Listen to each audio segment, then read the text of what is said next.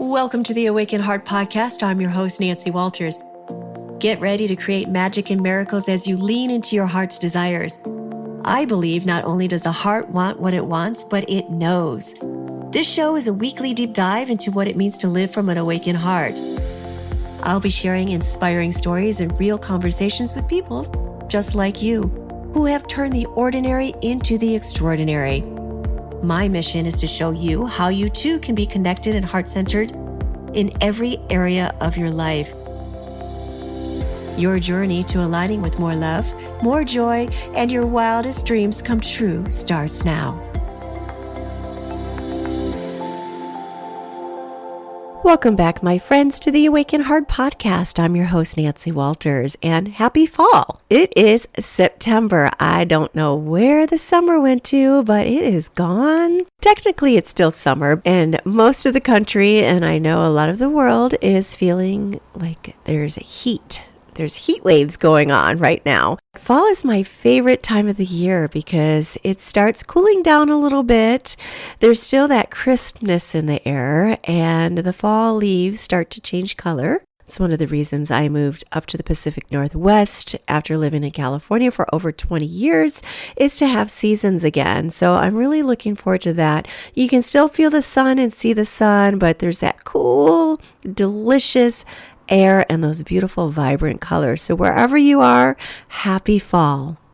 Today's conversation really takes us beyond the narratives and how we can use tools to drop into our body to really discern what is truth and what's not truth. I mean, we're getting every day. There's another thing that's thrown at us left and right, but how can we stay centered in our truth? And how can we stay above all the noise that is going on in this world today and keep ourselves here in this earth to do what we were called to do, to remember what we came here on this planet in this period of time, in this lifetime to do? And how can we remember who we are? Today's guest, Andrea Donnelly, is a much sought after media personality, spiritual mentor, quantum sound and energy healer, and founder of We Are Here to Remember. Andrea has over 20 years of experience in all things energy, using light language, speed codes, and the Akashic records to clear intergenerational trauma, illness, and pain, so her clients can align with their highest timeline and new levels of clarity, success, and abundance. Andrea is a lifelong learner and cheerleader for humanity who spent over 2 decades studying art, meditation, energy healing, herbal medicine, flower essences, and all things metaphysical, and has been featured in incredible publications like Wild Time Media, Thrive Global, Yahoo Bustle, Respin, and Medium, and has been a guest on numerous podcasts. Andrea herself, who had struggled for years with chronic health issues like anxiety, depression, PTSD, and 50 pounds of unwanted weight gain, debilitating nerve pain, along with time on short-term disability and an intense back surgery in 2018. Desperate for relief from these physical and emotional ups and downs, Andrea synthesized her years of artistic and spiritual study into a new healing modality. She now provides clients with the tools they need to heal themselves on a physical, emotional, and spiritual level through individualized frequencies of quantum, sound, and energy healing. In this episode, you will hear how Andrea has bounced back from disability insurance, how to use light languages, and all about ancestral healing. You will also come away with 3 active steps you can take today to heal your mind, your body, and your spirit. Here's today's guest, Andrea Donnelly.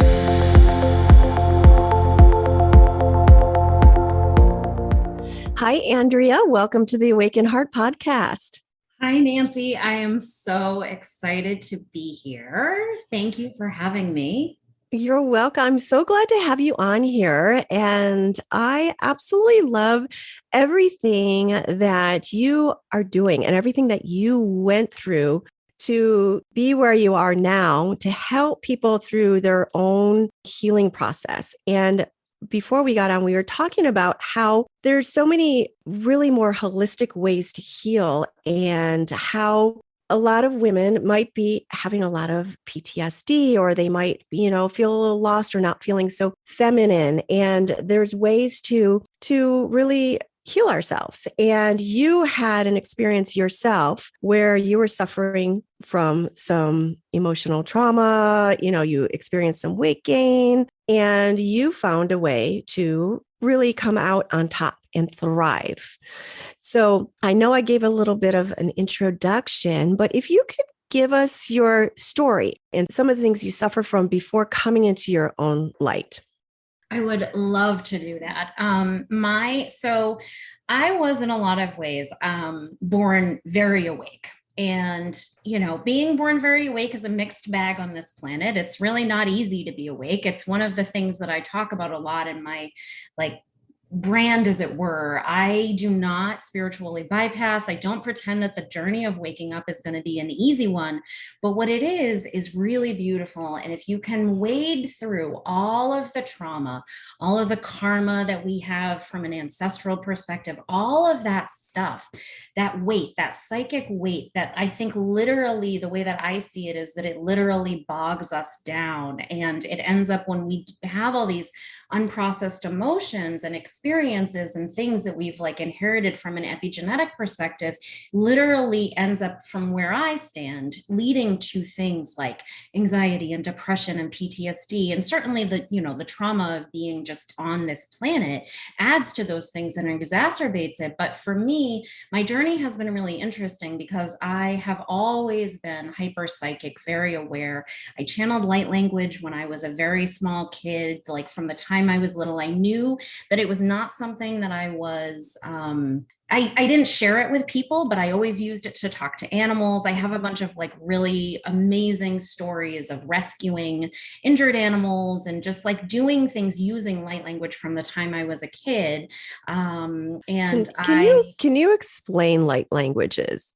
Yeah. So for me, because it just was something that I was born channeling, my guides have told me that my primary language is light language. I think it comes through in a lot of different ways for different people.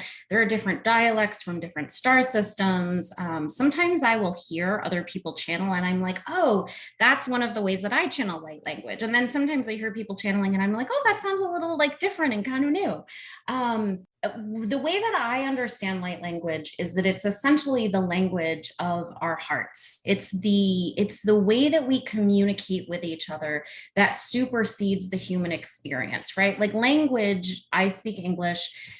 It's beautiful. It's a wonderful way to be able to share things and communicate and meet people in 3D. But light language is it's universal.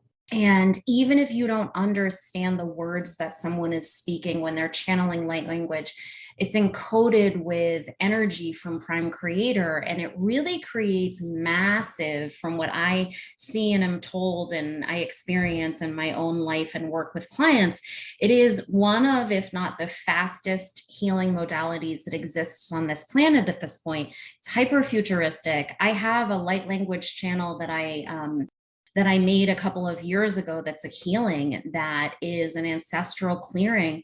And I have literally seen it clear nerve pain for people. It is unbelievable the things that light language has the capacity to do. It has helped me enormously manage my own experience and helped to really clear a lot of trauma from my body over the course of my human experience. And I really love it. It's super beautiful. It's so mellifluous. Do you know that word? It's means rolling off the tongue, cut like honey. And there's something about it. It's also so silly. It's such a mix of being hyper beautiful and also really goofy. I always called it in my own brain during the years when I knew that it was too weird to share with other people.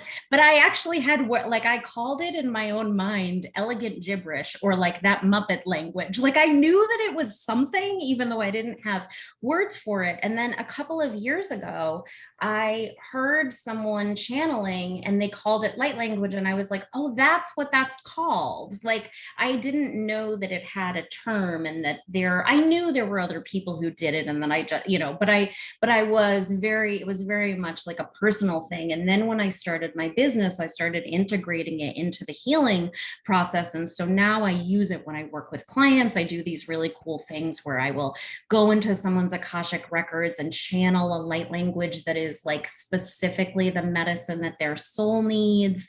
It's a really beautiful way of quickening up your own healing process and timeline. And it's a very special modality. So you channel, you just open up and you receive this language and there's different tones and different languages according to whatever star seeds or whatever galactic realms it's coming from. So it's a different language with different tonalities, just like Italian might have its own like accent and French. Okay. Yeah, exactly. Wonderful. Yes, I've heard it and I freaking absolutely love it. It just is so soothing and it's beautiful, even though I don't know what is said, but it's just so melodic and it just feels like home. Is there any way that you could give an example or channel some kind of light language or just right now to give an example, or is that too hard to do? No, I can speak in light language all the time. Okay. I could literally just go into it on a dime. Hold on. Let me, Okay. Yeah, I'll channel something for the audience. Let's, before I do it, I just want to like sort of clear the space a little. So if you are listening to this, I am super honored to share this with you. My guides are saying this is going to help fortify everyone's heart. So, if you're listening to this and you're not, for example, driving, and you can close your eyes just for like a minute, just do that. Put your hands on your heart and just like really drink this in. Let it really run through your body. Take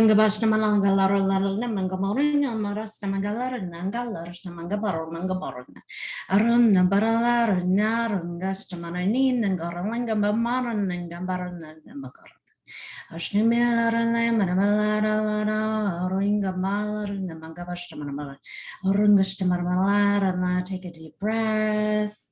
Take a deep breath, and imagine all of that light language just running through all parts of you in all spaces, times, and beyond, backwards and forwards through time, and just let it fortify your sacred heart.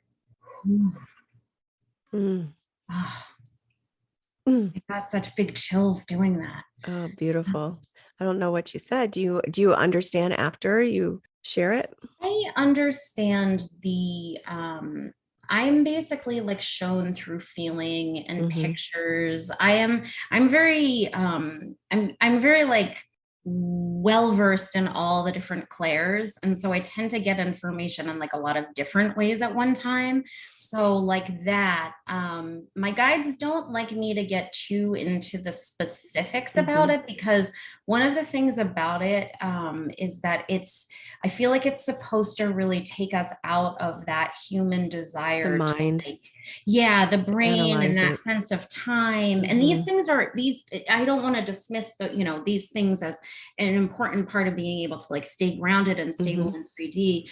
But if you get too into the specifics of what something means, you kind of lose the like meta message. And so it's really good for people to just lean in. Like when I do personalized channelings for people, and I go into their records, I will often be like, okay, so this is, sort of the overall theme that I saw. This is what it's going to help you do. And it's fascinating because every time people will come back to me and be like, wow, that is incredible, because this is what, I needed fortification of the heart, or I needed a boost of courage, or I needed, to be able to remember that my ability to do X, Y, and Z is unusual, and that I need to keep going. Like, there's this way where the real thing that comes through when I channel it, the real message, like my guides always tell me what it's about, and then they really allow, I can feel, this is what one of the like really amazing parts of my gift is, that I can feel the vibration of whatever it is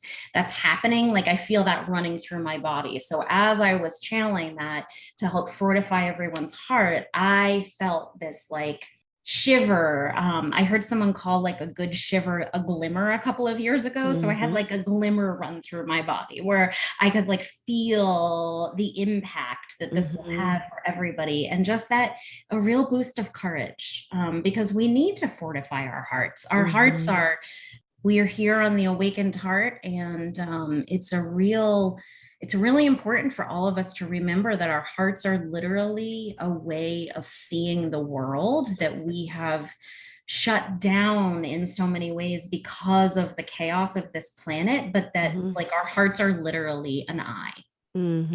Yeah, there's more the frequency around our hearts, our heart intelligence and our energy reaches far more.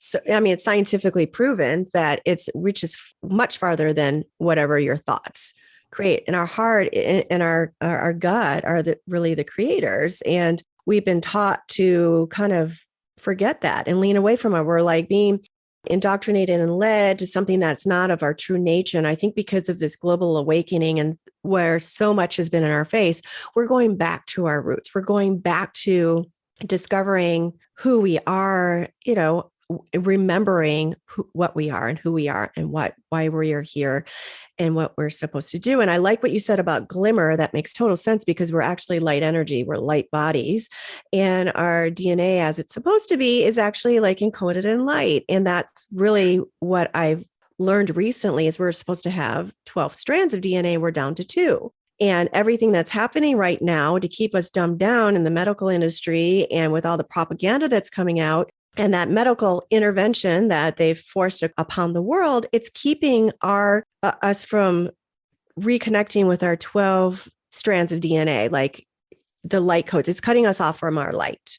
So, and when you said you channel all that, and I had asked, like, what does it mean? Because we're so used to like analyzing or learning with our minds. And then you get into the analytical and it's ear in the brain, because your light language, our soul knows, our body knows, we know intuitively. That is how we communicate as light beings, is on that intuitive level. And that goes back to the heart, that goes back to the gut. So our body knows. And I felt it as you were channeling that. I felt it go through my whole body. And then immediately I want to go and analyze it to the brain, but that's not what it's about. It's like resting in the body, resting in the heart. Yeah. Resting in the body, resting in the heart, and allowing yourself to go into the quantum field and into that meditative state of like pure stillness and inner peace, because that's the point of creation. That's where we're able to co-create or manifest, or whatever words you want to put to it. There are a lot of ways to articulate that idea of manifestation, but I like to call manifestation co-creation. And when you're in that, when you let yourself go into that stillness, I'm not saying it's easy to get there. I think for a lot of people, it's like literally a lifetime journey. And I started, when I learned in quotes, how to meditate in high school, I was in a pilot program at the medical school that was near where I grew up. And it was a pilot program. So John Kabat-Zinn, if you're familiar with his work, he helped, he's an MD, and he really helped to bring meditation into the Western modality. And he did his research at this medical school that was near where I grew up in Massachusetts. And so they were doing a they were doing a pilot program when I was a senior on how to use meditation to manage anxiety naturally. And I ended up, I don't even remember like how I ended up. Of course, it was like destined. It was like I ended up in it because that was what I was destined to be doing. And it was me and a bunch of grownups.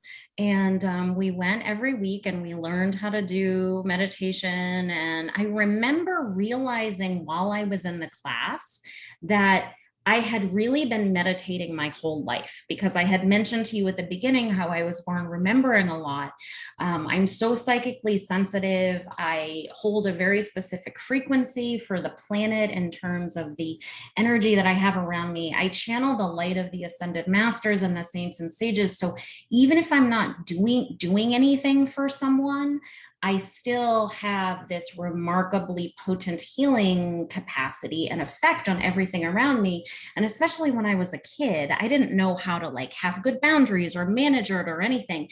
And I suffered from insomnia from the time I was a little kid. And I also, so I never really slept much. And so anyway, I bring that up because I realized when I learned in quotes how to meditate that I had always been meditating, because I didn't sleep during nap time in pre-K. I didn't sleep during nap time in kindergarten. And I also knew that I was not going to be, nobody wants to be the kid who's like, for the, seventh week in a row, that little buddy over there is like still not taking a nap and causing chaos during nap time. Like, you don't want to be that kid. So I realized, I was like, all right, I'm not sleeping.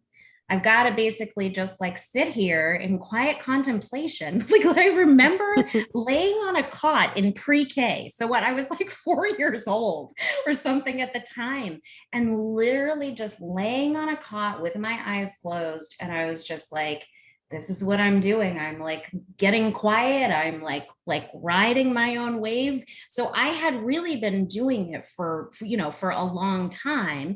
And it's one of the things that saved me, that ability to be able to get into that space of quiet, especially as things were so chaotic around me.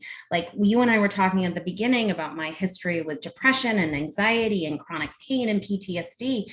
2 years ago, I had an active application pending for long-term disability because of chronic nerve pain. My life has been a really interesting mix of, on the one hand, I've talked to my guides since I was a kid.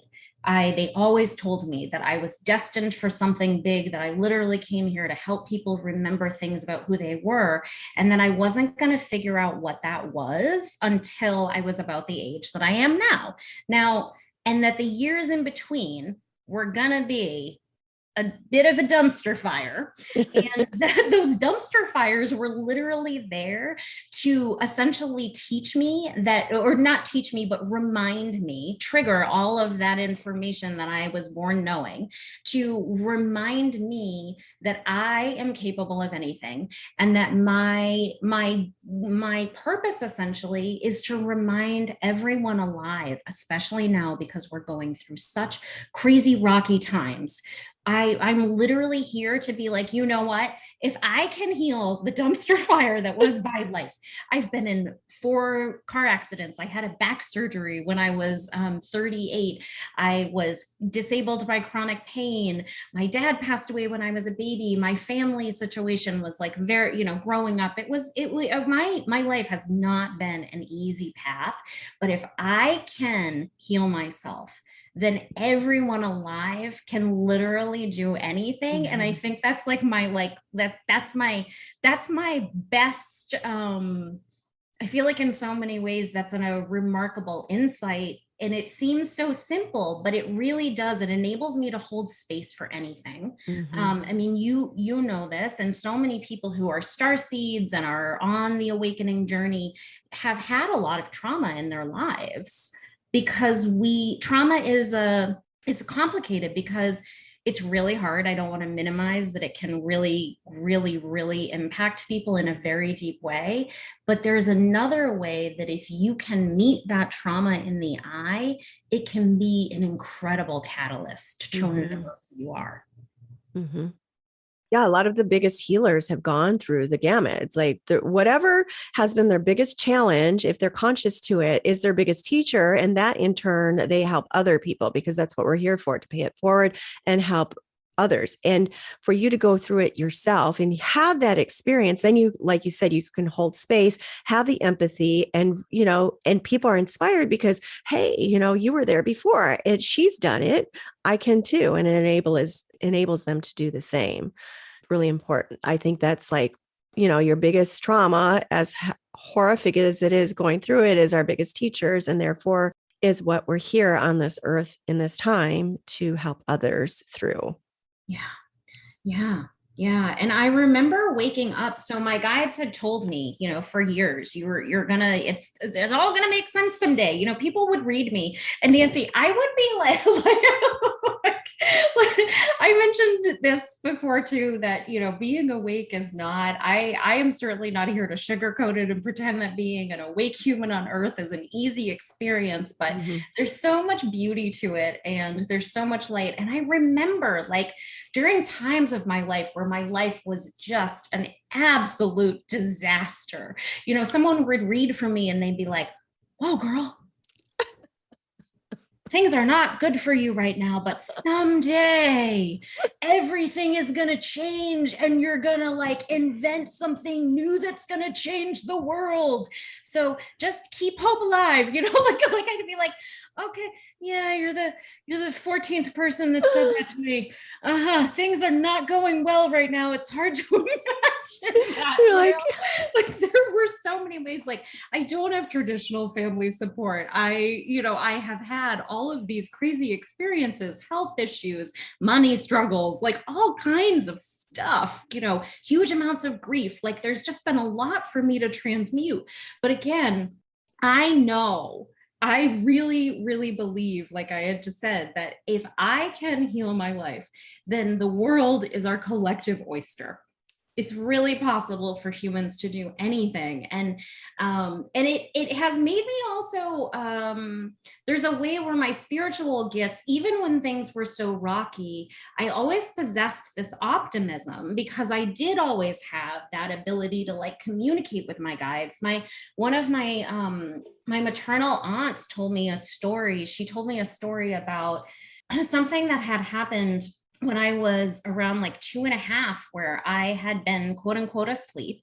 And I woke up in the morning and I was like, "Oh, I'm so tired." And so that line of actually both sides of my family had a lot of psychic powers and capacities. My mom's family was all Irish. Irish people are so Celtic, yeah, fairy and the earth and all of that, like really beautiful wisdom. Of course, it's been suppressed. And I think that also leads to a lot of the depression, the anxiety, all of that. That is in so many ways from where I sit, that all of that stuff gets so exacerbated and becomes a problem when you are trying to suppress your psychic gifts, because it's like literal noise that makes it hard for you to be grounded in your magic and your powers. All of that trauma basically like plays out in this way where it becomes like, I always see it as earmuffs that make it so that as that sort of chaotic energy moves through your field, it makes it hard to be able to hear that guidance that we're all always getting from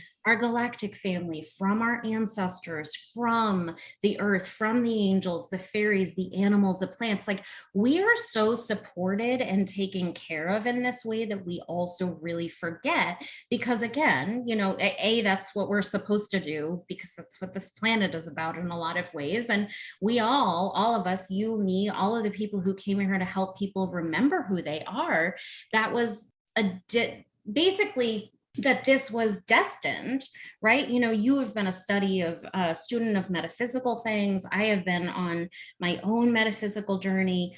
this time that we are alive in was destined to be a time where people would actually start to remember who they are, and that veil between spirit and 3D, as it were, however you want to frame that, would start to shift, and that we would wake up to our capacity, to our heart magic, to that wisdom that we all hold. Everyone alive, certainly some people are meant to do it in bigger ways, but every one of us has psychic gifts. The question is, will we do the work to be able to uncover them? And then it's so cool because then you get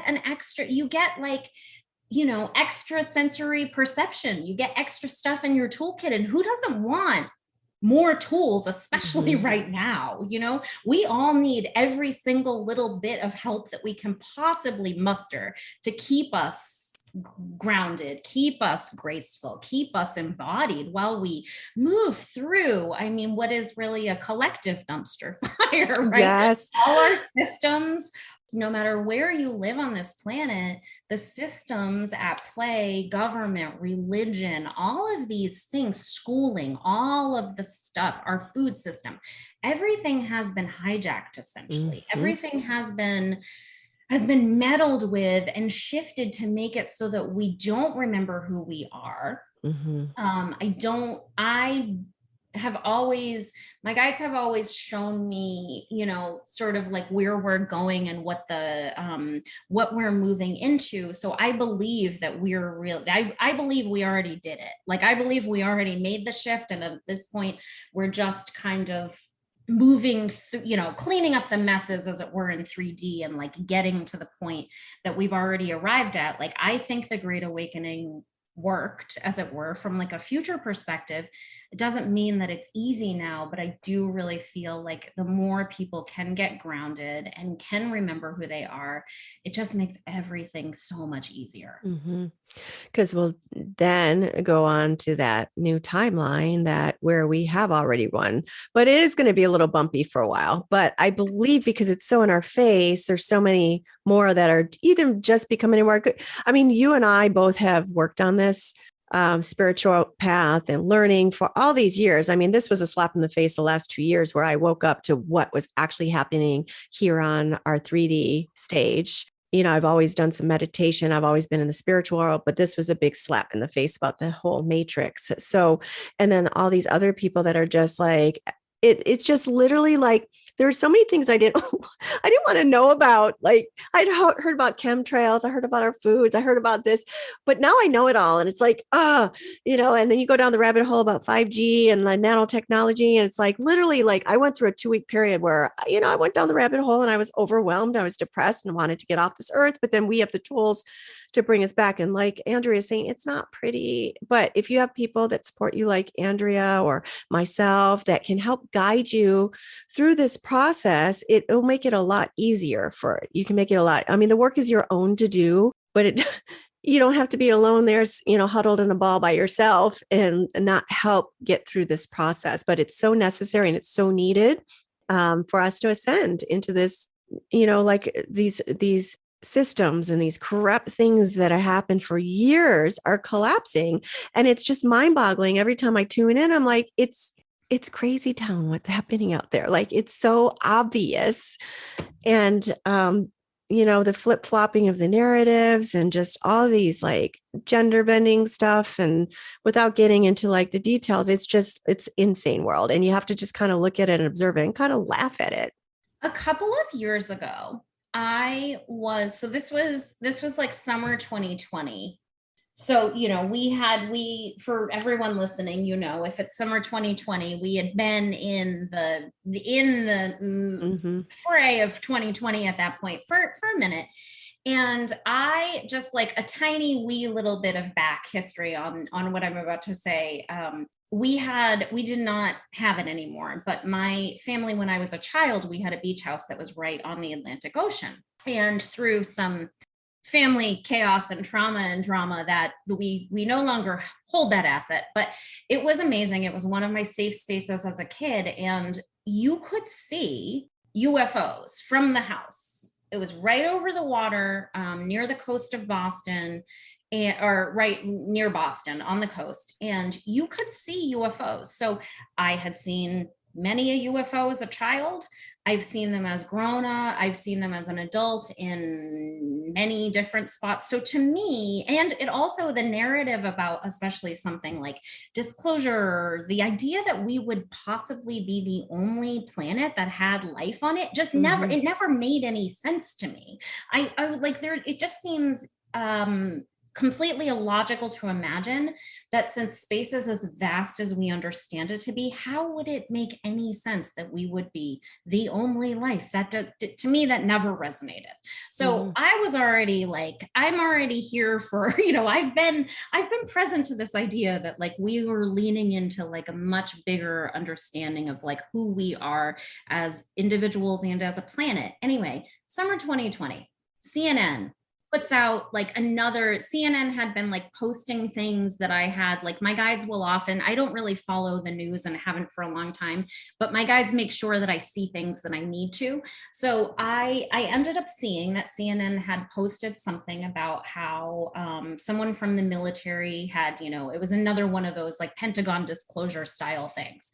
So there was this article on CNN.com about how basically like someone from the Pentagon had confirmed that UFOs are real. So I sent this text out to a group of my friends who I've known for a very long time. And I was like, did anybody see this? Like, does anybody, like, do you guys have any like thoughts on this? Because I was always drawn towards punk and artistic communities. I had friends who were spiritual, but my spiritual practice was very much kind of my own thing. And I wasn't sure what my friends would say about this text. It wasn't something that we were necessarily talking a lot about on the day-to-day, aliens, as it were. But I remember sending the text out and being like, did you guys see this? Does anybody like have anything that they want to say about this? It feels like this is an interesting thing to talk about, as it were, in the world of news that we're being fed. Crickets. Nothing. I got nothing in response. And I remember just being like, to me, I have always possessed a spiritual and an intellectual curiosity. And so fast forward now, there's like this bigger conversation, of course, happening where all of our world governments are starting to talk more about things like the stuff that we see in the sky. And I just wonder at some point, like for people, the reason that made me think about that is specifically, Nancy, in reference to what you were saying, is that there is this sort of surreal way where at this point, the people who have doubled down on the narrative, who are not willing to look at what's happening around us and be like, you know what, things are really different than what we've been told. There's like a literal difference between what it is that we're being told versus what's really happening. And they tell us the truth. Right? They tell us in plain sight. It's in plain sight. Yep. And, through works of art and music and politics, like they tell us what's really going on. And then it's up to us to get to the point to say, you know what? I know that sounds insane. Like I have one of my best friends, and I say it all the time. It's not like we don't think this stuff is crazy. It's not like I'm like, oh, wow, that thing that I'm talking about, like beings from other planets and like all of this stuff. It's not that stuff is like not really weird or potentially ridiculous. It's just that there's the truth has a very specific frequency. So even if something feels outlandish, I feel like that's one of the things we are really moving towards. And again, to liken that back to the idea of like the language of the heart, to be able to use your inner sense of discernment to say, wow, that thing that someone just said, that does sound really crazy, but how does it make my body feel? How does it sit with me in some capacity as like, yes, that's outlandish, but also that feels real. And I think that that's really where we're going. And that to me is also what all these tools are so powerful, like why they're so powerful, these tools of meditation and healing and, quantum energy work and sound healing and breath work. Like these things are so powerful because they literally help to get us back to that quiet, that inner zero point in our heart so that we can say, how does that make me feel? Because because again, because truth has a very specific vibration.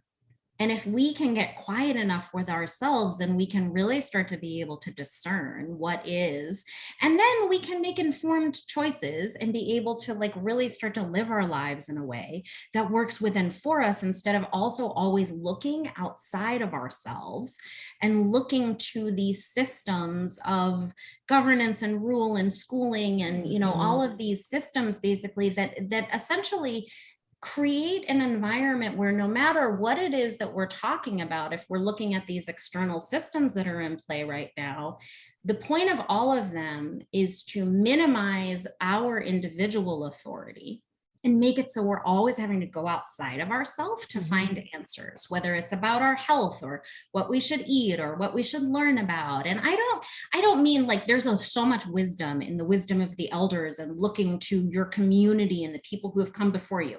Like I don't want to be dismissive of that in any way, but there's this other way where you know what's best for you. Someone in there does. You don't need anybody else to tell you what to do. Certainly getting help as we muddle through the human experience is beautiful, but at the end of the day, you know what is going to serve you well and really shift your life if you can just get quiet enough to be able to trust.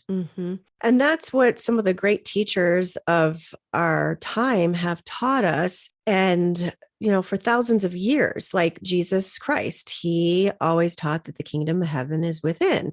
And his real teachings, until they bastardized it and only like selected the books or the parts that could serve the purpose to control the masses, because, you know, we know the Vatican and that whole thing was about controlling them. And, you know, but it was always teaching like the power that we have within ourselves. And I believe that Jesus was showing us who we are, because he did not doubt in his divinity at all. And it's showing that us what we all can become. And it's all about dumbing us down. And, you know, that's why the witch trials happen. Like you and I would both be burned at the stake, and we probably suffered through like the witch trials at some point. But, you know, as women, you know, we're healers and we're sages and we're intuitive and we're like, you know, midwives, and we've got herbal, everything that we're creating now. We tried to create then, and we're squash, and like women are whores, and like, you know, just we're creators, like we're creator beings. Like our womb, we create life, we hold life, we nurture life.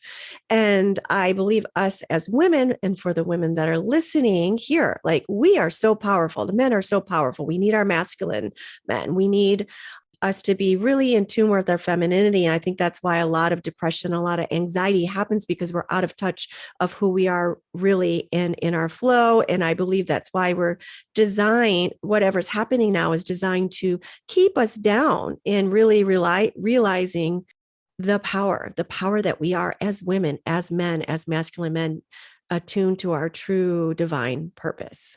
Yeah. Yeah. And being able to like return to that sense of sacred balance is so important. And it's really, there's a lot at play right now in terms of what it is that we're being told versus what's happening. And I know just how grateful I am in so many ways to have been, you know, no matter how rocky or sort of out of sorts I was, I always had that communication with my guides. Oh, I feel like I got a little sidetracked, but my guides were like, just say this one thing. So when I was saying something before about being like a little kid sleeping, telling my aunt that I had insomnia and that I was like very tired after having woken up. And she said to me, Nancy, she said on just this like one random day, she was like, oh, well, like, what were you doing? Because we were sleeping in the same bed. So she had seen that I wasn't like really asleep, but she herself, I would imagine, had some psychic capacities, since again, my family was all very psychic. And she was like, well, what were you doing? And I told her, I said, well, I was talking to all the people that I talked to during the night that it's easier for me to communicate with, because it's a little bit harder during the day, just because like people who are alive are talking to me. And my aunt and my grandmother apparently heard this conversation happening and was like, shut it down. Mm. We're not encouraging that in her Mm. because, you know, her family had gone through all of these things that you're talking about, Mm-hmm. right? My grandmother's family was all Irish. They had come here because of the trauma of colonialism, and Mm-hmm. it going back generations, we had these really intense witch wounds, right?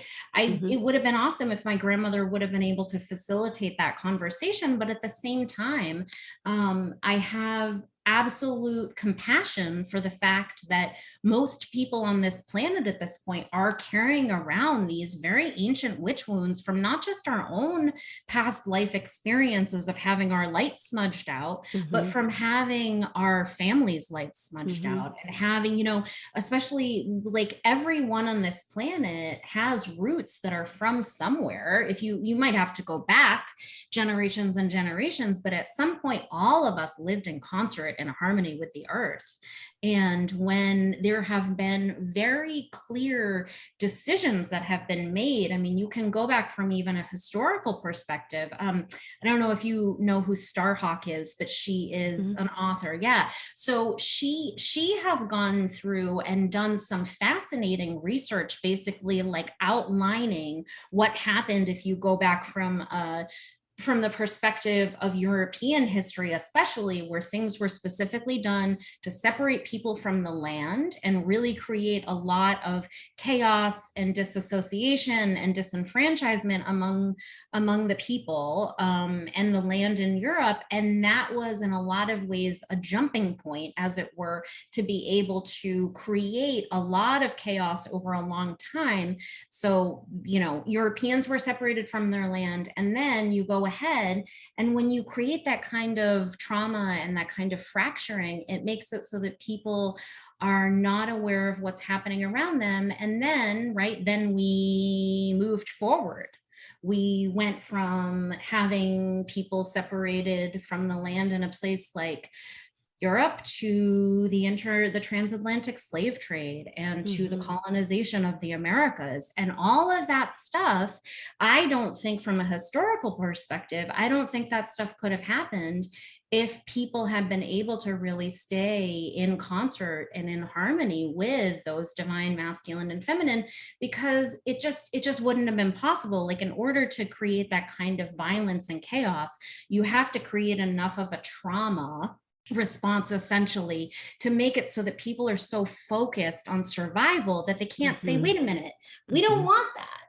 We don't want that thing that's happening. We don't want you to always be pitting us against each other, right? Because that's the other thing, is from my vantage point, I had parents who were peace activists.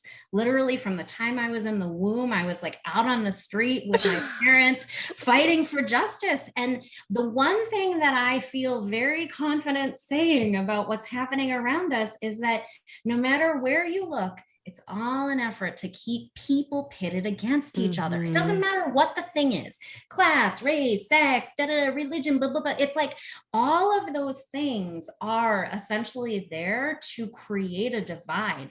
And what a weird point we're in right now, because anyone who has listened to me for the past couple of years, especially, has heard me say over and over and over again, what does it mean to really be pro-choice? What does it mean to really be pro-choice? Because a lot of my friends for many years were very liberal.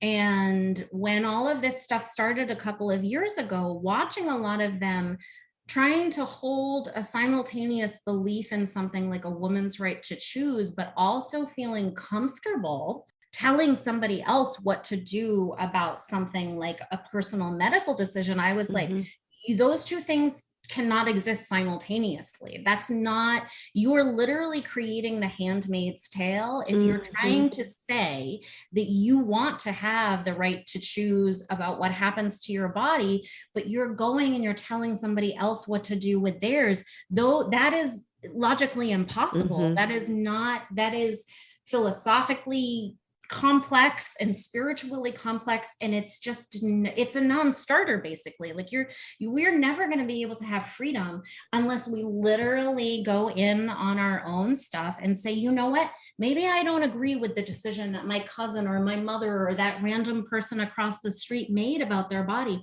but it's their body. Mm-hmm. And that's what we're really, to me, that's what all of this dials down to, because of what you and I have been talking about the fact that like our bodies are actually hyper powerful. And when we can marry the earth magic and our human form, which is this incredible vehicle I mean, it's basically like a spaceship in a lot of ways, our body. Like our bodies can create these incredible forms of magic and healing. And just like, there's a lot of wonder. We were talking about, the resonance of the heart and how that has been proven through science, heart math. I don't know if you're familiar with that. The Heart Math Institute, the brain and heart coherence, the coherence. It's incredible. And it's so interesting. And I remember about, I don't know, at some point in the mid-aughts, I remember hearing that Harvard had studied meditation and found that it changes people's brains, right? Mm-hmm. We're told that we can't like move our own needle, but then on the other hand, there is a lot of evidence. And to me, I think that's another part of the past couple of years is like, if we're going to get really into something like being like, well, I only believe in science, well, don't cherry pick it then, because there's a lot of science that backs up the things that I talk about, the things that you talk about, the things that the guests on the Awakened Heart, like there is in fact a lot of scientific proof that the things we're talking about do exist. Mm-hmm. So to me, it's like, well, then let's like, it's time to really think big. I feel like that's really like, we need a philosophical homecoming on this planet where we start to make room for other people to hold ideas that are not the same as ours and have that be truly okay. Mm-hmm. Absolutely.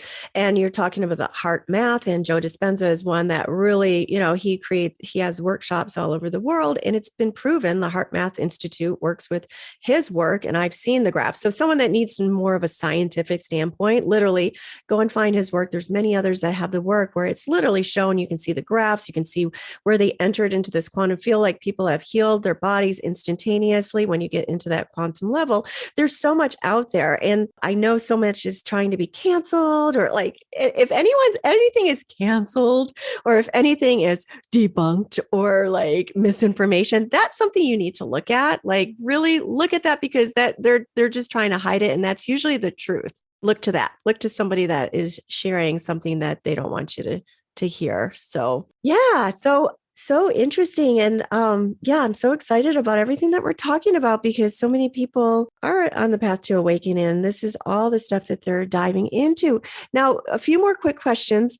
How would somebody like right now listening that might just be dealing with, like you were talking about, might be dealing with a little bit of stress or depression, or, wants to heal their bodies in a certain way, instead of going, hey, let me go to see my psychiatrist, let me take some Zoloft, what would you suggest for them to start doing? I know you mentioned meditation, how like we had talked about beauty, it's not just like about the creams you put on your face, but it's beauty from the inside out. What are some few steps you could give them right now, maybe 3 steps to start on their path to healing their mind and body?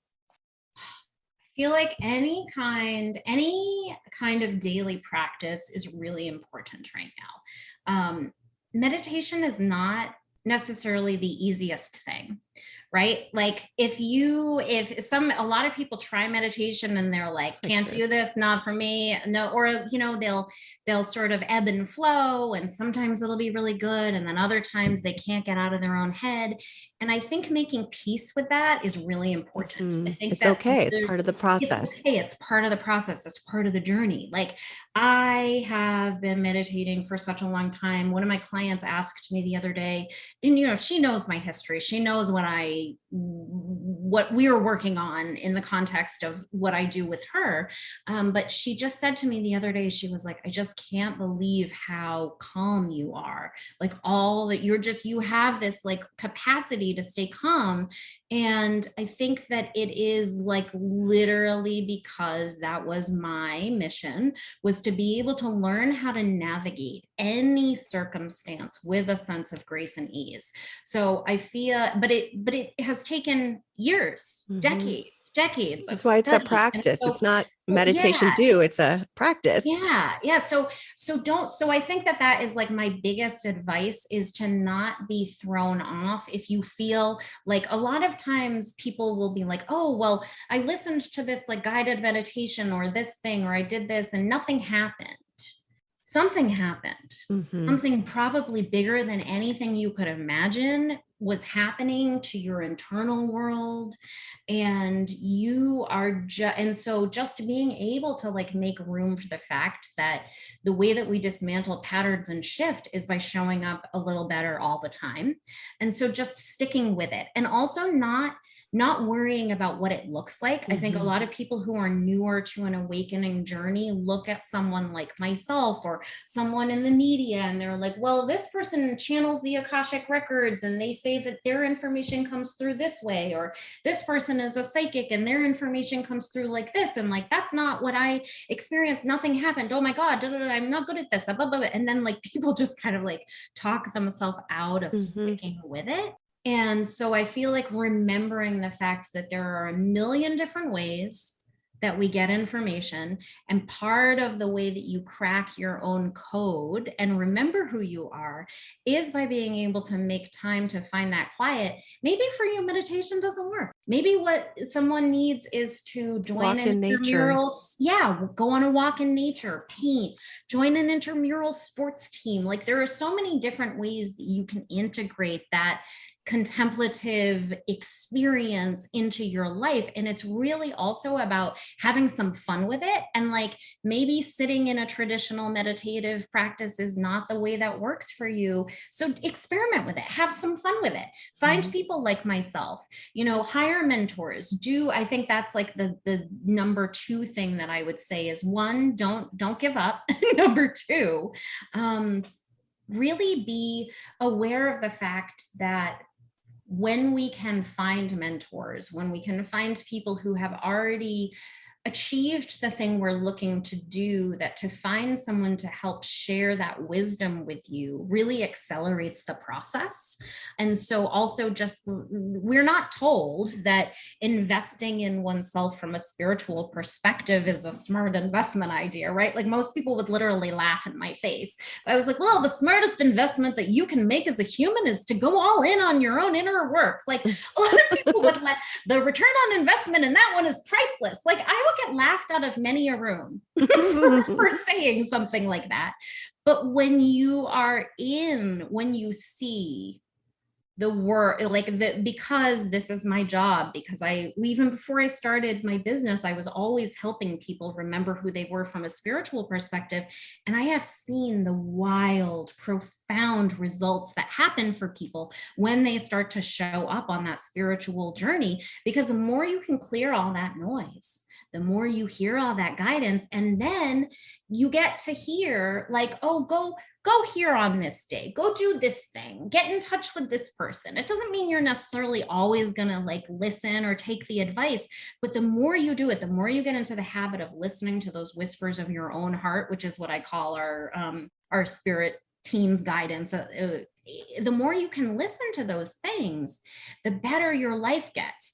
More money, more fun, more joy, more embodiment, more experiences. But you meet an entirely new group of people who rise to meet you where you are. Like, there's this way where the more we can show up and not compare ourselves to anybody else, and allow the shame and the judgment of like, oh, well, that's like, I'm not doing it as well as that person, so that's not for me. That doesn't mean it's not for you. It just means you got to keep going and figure out what does work for you, and start to pay attention to the patterns, right? A lot of times when I hear people especially say, oh, well, I did like this meditation and nothing happened. When you really sit with someone and you say, well, let me dig a little deeper with you.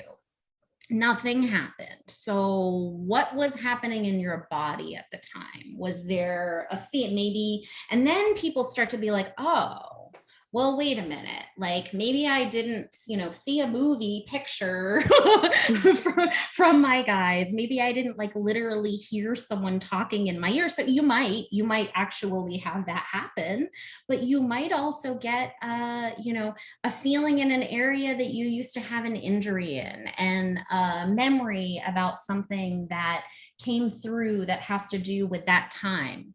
And that is like the message for you. What can you unpack? What can you unravel? What can you release? So I feel like for a lot of us too, like that idea of being our own anthropologist and like paying attention to patterns and really like going deep on like our own research is key right now, if that makes any sense at all. No, it absolutely does. Absolutely does, because it doesn't, it's always different for me. I use different modalities, and sometimes it's just maybe even a breath, or I tell people, even if they had 1 second of like clarity or no thought, and there's so many things, it's just something that takes you outside of your ego, where you kind of get into that trance state. And, people run, it's a meditative state for them, or maybe they paint, like you said, something creative that activates that part of you that's not part of that, survival reptilian brain. And yeah, getting into the zone, just however that looks for you. It could be writing, it could be whatnot. So yeah. So where can people find you and work with you? And what do you have right now that's lighting you up? Do you have any new programs, or what's next for you? I have such amazing ways for people to work with me. The best way is I recommend that everyone go to my website. My business is called We Are Here to Remember. My website is wearehere2remember.com. It's a number 2. It's We Are Here and then the number 2 remember.com, all spelled out. When you go to my website, you can sign up for my newsletter.